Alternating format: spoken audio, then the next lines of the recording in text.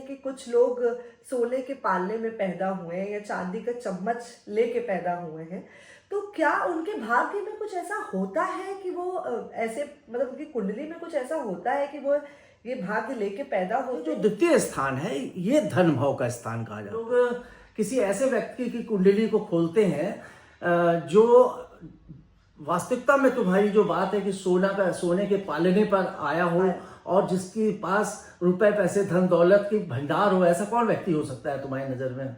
अब अगर हम अपने देश की बात करें तो हाँ। अनंत अंबानी से बढ़कर तो कोई नहीं है। ये अनंत अंबानी जी की कुंडली है। लोग एक कुंडली और देखें जो जिससे और बेहतर समझ पाए। तो ऐसी कौन सी कुंडली किसकी देखी जाए? आप तुम बताओ कि ऐसी कौन सी तो कुंडली? अगर ऐसा है तो इनके ही पिता की देख ली जाए। मुकेश अंबानी, उनको भी तो पैसा जो है उनके पिता से विरासत में मिला है। बिल्कुल सही बात है।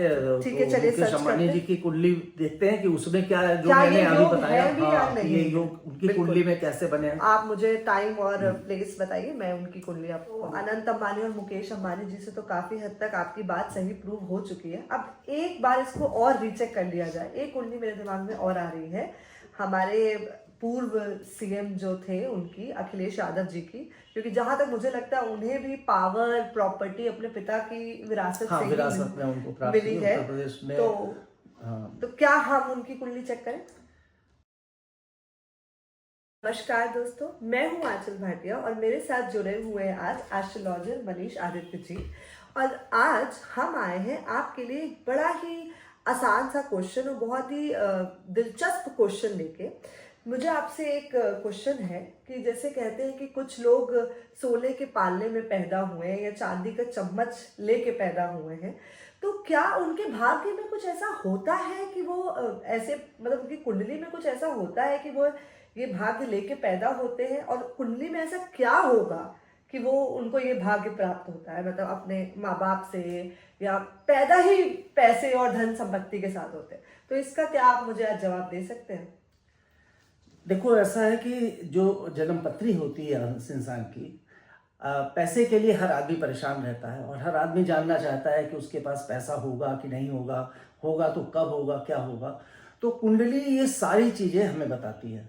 मगर जो तुमने विषय उठाया है कि बहुत से लोग ऐसे होते हैं जिनको जन्म से ही मिल जाता है या जन्म से नहीं भी मिलता है, तो वो जीवन के एक पड़ाव पे आके आकस्मिक रूप से उनको बहुत कुछ प्राप्ति हो जाती है और कि करोड़पति अरबपति वो शुरुआत से ही हो जाते हैं।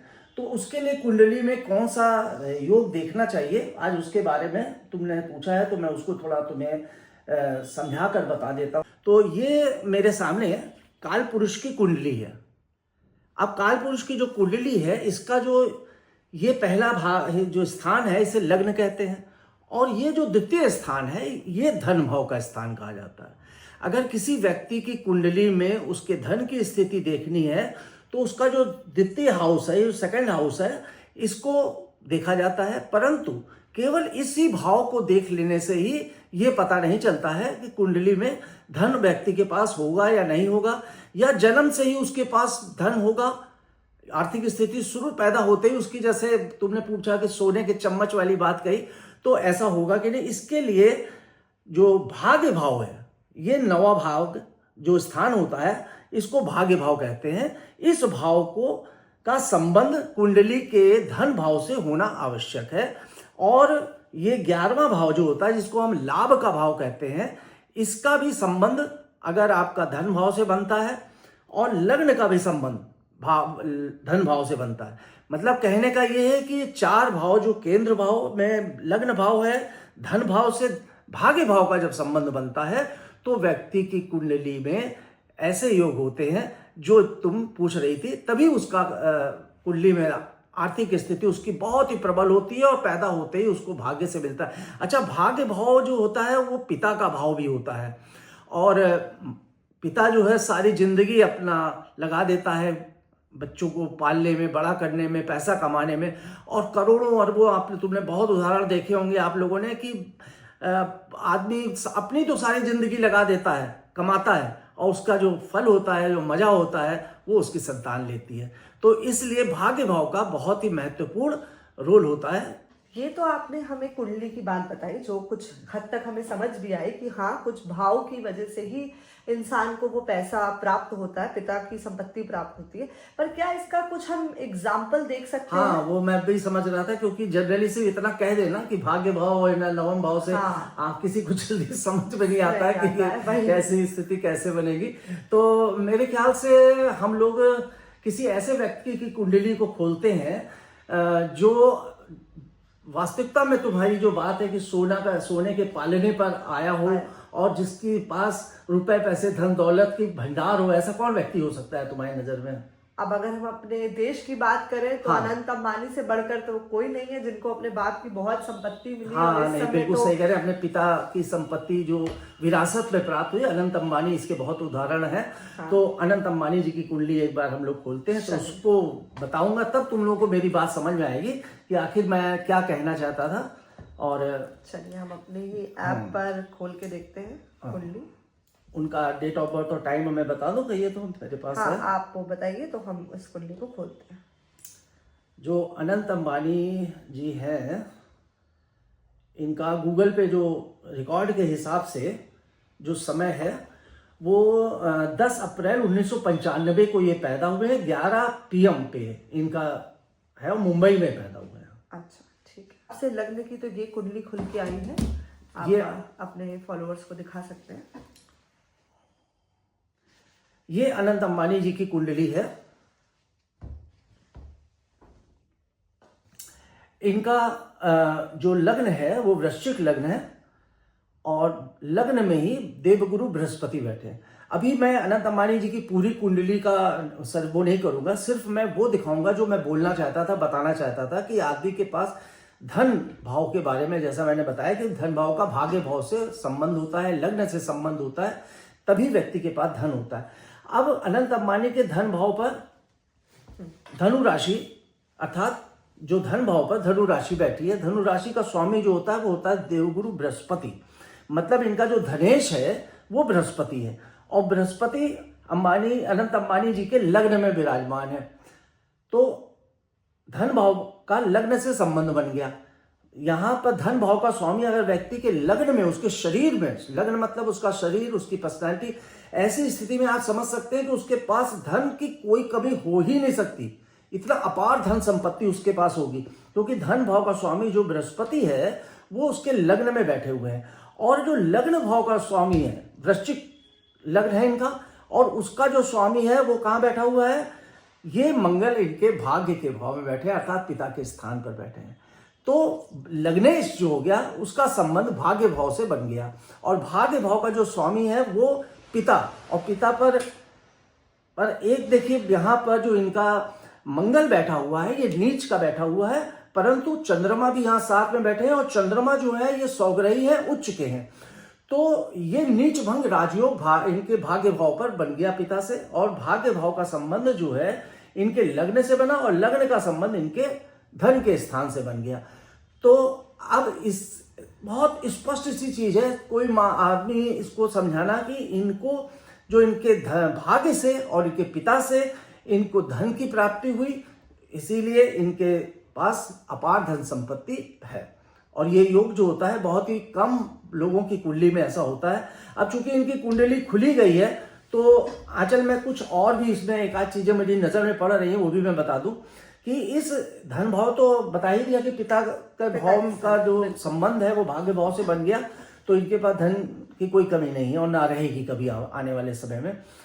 और इनकी कुंडली का जो चतुर्थ स्थान है, चौथा स्थान माता का होता है, चौथा स्थान माँ के स्थान भी होता है, चौथा स्थान सुख का भी होता है, चौथा स्थान वाहन प्रॉपर्टी का स्थान भी होता है, सरजमीन संपत्ति का स्थान भी होता है, उनके बिजनेस जो बहुत दूर दूर तक फैले होते हैं, इन सब चीजों को चतुर्थ भाव से ही हम देखते हैं। और चतुर्थ भाव जनता का भी होता है, जो पब्लिक को पसंद वाली स्थान होता है। वहां पर इनका सूर्य जो शनि है वो सौग्रही बैठा हुआ है, और शनि शुक्र के साथ सौग्रही बैठा है। तो यहाँ पर शश नामक पंच महापुरुष राजयोग शनि बना रहे हैं चतुर्थ स्थान पर। और शुक्र भी साथ में बैठे हुए हैं और शनि के साथ उच्च राशि में बैठे हैं, इसलिए इनके पास जमीन जायदाद प्रॉपर्टी की कोई कमी नहीं होगी, इनके पास स्टाफ की कमी नहीं होगी, वाहन की कमी नहीं होगी। जो वाहन ये चाहेंगे, हवाई जहाज चाहेंगे, हवाई जहाज ले लेंगे। मतलब हर प्रकार से ऐसा व्यक्ति धनाढ्य भी होता है और इनके पास हर प्रकार से सुख संपदा भी है। तो ये कुंडली अनंत अंबानी के कुंडली के ये दो भाव जो है, जो ये बता रहे हैं कि इनको धन के बारे में और इनके जीवन में सुख के बारे में और इनके वाहन और प्रॉपर्टी वगैरह की स्थितियों को दिखा रहे हैं। तो ये तो कुंडली के 2 ग्रहों ने प्रूव कर दिया है कि अगर कुंडली में लिखा है और जो आपकी जिंदगी में हो रहा है वो आपकी कुंडली में बहुत इजीली लिखा हुआ है। और कोई भी एक अच्छा एस्ट्रोलॉजर आपको बता सकता है कि आपकी लाइफ में क्या है, क्या प्राप्ति आपको मिलेगी और क्या आपको मिल चुकी है। मेरे ख्याल से हम लोग एक कुंडली और देखें जो जिससे और बेहतर समझ पाए। तो ऐसी कौन सी कुंडली, किसकी देखी जाए? आप तुम बताओ कि ऐसी कौन सी तो कुंडली। अगर ऐसा है तो इनके ही पिता की देख ली जाए। मुकेश अंबानी, उनको भी तो पैसा जो है उनके पिता से विरासत में मिला है। बिल्कुल सही बात है। ठीक है, चलिए मुकेश सर्च अंबानी करते जी की कुंडली देखते हैं कि उसमें क्या है, जो क्या मैंने ये अभी योग बताया। है भी या हाँ, नहीं? ये योग उनकी बिल्कुल। कुंडली में कैसे बने हैं। आप मुझे टाइम और प्लेस बताइए, मैं उनकी कुंडली आपको खोल के मुकेश देती हूँ। अंबानी जी का गूगल पे जो रिकॉर्ड है,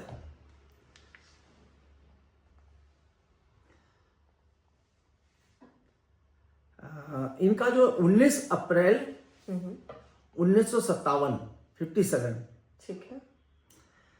और 7:53 ठीक है। ये शाम के, और प्लेस? और एडन में ये पैदा हुए हैं। अच्छा, ठीक है। एडन, ये यूपी में है? ना ना ना ना, अच्छा इनका जन्म जो है विदेश में हुआ था। अच्छा अच्छा, ठीक है। ये एडन में इनका जन्म हुआ है। चलिए ठीक है, तो इसी बात पे ये डाल के देखते हैं। और ये कुंडली खुली है हमारे सामने, तो आप इस पे थोड़ा परामर्श करिए और देखिए क्या वो भाग योग इसमें अभी मैं देखिए ऐसा है कि सिर्फ कुंडली के उसी चीज पर फोकस कर रहा हूँ जो आज का मेरा टॉपिक है। मैं पूरी कुंडली पे फोकस नहीं कर रहा हूँ। अगर मैं पूरी कुंडली पे फोकस करूंगा तो इसके लिए एनालिसिस करने के लिए मुझे कम से कम आधा घंटा जो है आपको बताना पड़ेगा। मगर अभी चूंकि हमारा विषय जो है सिर्फ धन की स्थिति पर है और धन आदमी को जन्मजात या जो उसकी कैसे कुंडली में होता है उसके एग्जाम्पल में दिखा रहा हूँ। तो ये जो कुंडली खुली है, ये भी वृश्चिक लग्न की कुंडली है। एक बार दिखा दूं मैं आप लोगों को। ये मुकेश अंबानी जी की कुंडली है। धीरू भाई अंबानी जी इनके पिता थे और पिताश्री ने अपने से इनको विरासत में काम मिला जिसको इन्होंने अपनी मेहनत से बढ़ाया। मुकेश अंबानी जी की कुंडली वृश्चिक लग्न की कुंडली है और इनके जो धन भाव का स्वामी है वो बृहस्पति है और बृहस्पति इनके 10वें घर में विराजमान है। और जो धनेश है, धन भाव पर जो चंद्रमा बैठे हुए हैं, राशि जो है वो चंद्रमा बैठी है और भाग्य भाव का स्वामी होकर चंद्रमा धन के स्थान पर विराजमान है। जैसा कि मैं अभी बता भी रहा था, इससे पहले अनंत अंबानी जी की कुंडली में भी मैंने बताया कि भाग्य भाव का संबंध जब धन के स्थान से होता है तो ऐसा योग बनता है। तो इनकी कुंडली में भी स्पष्ट रूप से आप देखिए, ये जो भाग्य का भाव है यहाँ पर कर्क राशि है और कर्क राशि का जो स्वामी होता है वो होता है चंद्रमा। और चंद्रमा कहाँ पर बैठा है? इनके धन के स्थान पर, मतलब पिता के स्थान। और भाग्य भाव के स्वामी जो चंद्रमा है वो इनके धन के स्थान पर विराजमान है। और धनेश जो है धनु राशि, वो विराजमान है, धनु राशि का स्वामी बृहस्पति इनके 10वें स्थान पर अर्थात कर्म के भाव पर। अब एक यहाँ पर बहुत ही महत्वपूर्ण इनकी कुंडली में योग है। ये तो योग है कि अपार धन संपत्ति मिलेगी, पिता से मिलेगी और विरासत में मिलेगी, परंतु यहाँ पर एक बहुत महत्वपूर्ण योग इनका ये भी बना हुआ है कि चूंकि इनके धन भाव का जो स्वामी है देवगुरु बृहस्पति है और बृहस्पति स्वयं ही धन के कारक होते हैं और ये इनके कर्म के स्थान पर बैठ गए हैं। तो इसलिए इन्होंने अपने पिता की जो भी संपत्ति थी अपने कर्म से, अपनी मेहनत से उसको कई गुना बढ़ाया है और ये अभी और भी बढ़ाएंगे क्योंकि इनके ऊपर बृहस्पति की महादशा चल रही है। तो ये इनका जो है बहुत ही अच्छा योग बना हुआ है। और जो अभी मैं जिस विषय पर समझा रहा था तुमको, वो इस कुंडली में स्पष्ट रूप से दिखलाई पड़ रहा है। तो ये तो बात अब बहुत ही अच्छे से स्पष्ट हो गई है कि कुंडलियों में योग्य बन के आते हैं, लिख के आते हैं। तो इसीलिए आजकल लोग बच्चों को जब पैदा करने वाले होते हैं तो टाइम एस्ट्रोलॉजर से पूछ के पैदा करते हैं, क्योंकि एक अच्छी कुंडली अगर आपके बच्चे के जीवन में लिखी है तो उसका भाग्य अच्छा ही बनेगा। तो अनंत अंबानी और मुकेश अंबानी जी से तो काफ़ी हद तक आपकी बात सही प्रूव हो चुकी है। अब एक बार इसको और रीचेक कर लिया जाए। एक कुंडली मेरे दिमाग में और आ रही है, हमारे पूर्व सीएम जो थे उनकी, अखिलेश यादव जी की, क्योंकि जहां तक मुझे लगता है उन्हें भी पावर प्रॉपर्टी अपने पिता की विरासत हाँ, से विरासत में उनको प्राप्त मिली हुई है। उत्तर प्रदेश में। तो क्या हम उनकी कुंडली चेक करें? अखिलेश जी की कुंडली आप निकालिए, लाइए मैं बताता हूँ उनका गूगल पे क्या डिटेल दी है। जी आप बताइएगा। मेरे ख्याल अखिलेश यादव जी जो उनकी कुंडली दी है, इसमें टाइम है 1 जुलाई 1973 और 12 बजे सफाई इटावा में ये पैदा हुए थे, 12 बजे दिन में, 1 जुलाई 1973 को। ठीक, तो ये रही अखिलेश यादव जी की कुंडली। अब देखिए इनकी कुंडली का चक्र क्या खुला। अब ये तो आप ही ज्यादा बेटर देख पाएंगे। अखिलेश जी की जो कुंडली है ये कन्या लग्न की कुंडली खुली है और इनका धन भाव का स्वामी जो है धनेश जो है वो है शुक्र तुला राशि, और इनके जो भाग्य भाव में जो ग्रह बैठा हुआ है वो भी वहां का भी स्वामी शुक्र है, मतलब वृषभ राशि है। मतलब भागेश और धनेश इनका दोनों शुक्र है। अब शुक्र की स्थिति इनकी कुंडली में देख लेते हैं कहाँ है।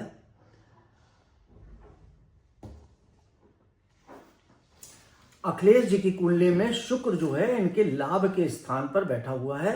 ये आपके लाभ के स्थान पर शुक्र और बुध की युति, अभी जैसा मैंने बताया था कि कई योग भी होते हैं जिसमें शुक्र और बुध की युति जब होती है तब ये एक बहुत बड़ा लक्ष्मी का योग बना लेती है। तो ये इनकी कुंडली में जो धन की पैसे की स्थिति है, मैंने सबसे स्टार्टिंग में बोला था कि भाग्य भाव, धन भाव, लगन और लाभ स्थान, ये चारों खाने अवश्य चेक किए जाते हैं। इनका जब कहीं ना कहीं संबंध होता है तभी व्यक्ति की कुंडली में पैसा जो होता है वो अपार पैसा, धन संपत्ति आती है और इनका कहीं ना कहीं विरासत में भी इनको पैसा प्राप्त होता है। तो इनके जो पिता भाव का स्वामी शुक्र है वो इनके लाभ के स्थान पर बैठा हुआ है और धन भाव का स्वामी शुक्र भी, ये भी इनके लाभ के स्थान पर बैठा है और बुध के साथ बैठा है। इसलिए इनके पास अपार धन संपत्ति भी है और पिता की विरासत जो है वो भी उनको प्राप्त हुई है और सारी भाग्य से इनको हर चीज इनको प्राप्त हुई। जो राजनीति में मेहनत इन्होंने अवश्य अब कर रहे हैं, परंतु भाग्य से इनको सारी चीजें प्राप्त हुई जो इनकी कुंडली में दिख रहा है। बाकी अखिलेश जी की कुंडली को फिर हम लोग बैठेंगे तो फिर हाँ एक दिन इनका कुंडली देखकर ये देखेंगे कि 2027 का चुनाव जो है अखिलेश जी का कैसा रहने वाला है। इसके बारे में हम इस विषय पे आगे बात करेंगे, क्योंकि आज हमारा जो विषय था वो धन के स्थान की स्थिति के बारे में था कि आदमी का धन कुंडली में ऐसा क्या होता है जिससे वो मतलब उनको विरासत में वो धन प्राप्त होता है। तो थैंक यू सो मच, बहुत ही आज आपने बहुत सारा ज्ञान हमारे साथ शेयर किया और आई होप हमारी ऑडियंस को भी समझ में आया होगा कि कुंडली में किन भाग से, किन चीजों से आपका ये भाव मिलता है। एक बात मैं और कहूंगा कि ऐसा है कि ज्योतिष जो है एक समुंदर है और इसमें इतना अपार ज्ञान है, आप इतना इसमें जितना डीपली आप घुसते जाएंगे, ये जो मैंने बताया अभी थोड़ा, चूंकि आप लोग अभी नए हैं और बहुत इसलिए बहुत गूढ़ नहीं बताया, मगर इसके लिए जब आप गूढ़ता पूर्वक अंदर घुसते हैं, बताते हैं, तो इसके अंदर बहुत सी चीजें आपको मिलेंगी। ये जो योग है, इसके अलावा धन रुपए पैसे से संबंधित बहुत से योग हैं, उनके बारे में अगर हम करते रहेंगे तो महीनों बीत जाएगा, हम लोग के एपिसोड बनते ही जाएंगे सिर्फ पैसे पे ही। तो चलिए कौन सा योग कौन सा कैसे होता है, कहाँ से पैसा आता है। अभी ऐसी स्थितियां भी है कि आदमी मेहनत भी कर रहा है परंतु उसे पैसा प्राप्त नहीं हो रहा है, इसके लिए कौन सी योग होते हैं। तो बहुत सी चीजें हैं, एक समुंदर है ज्ञान का। तो आज फिलहाल इतना ही, मेरे आज इतना ही रखते हैं।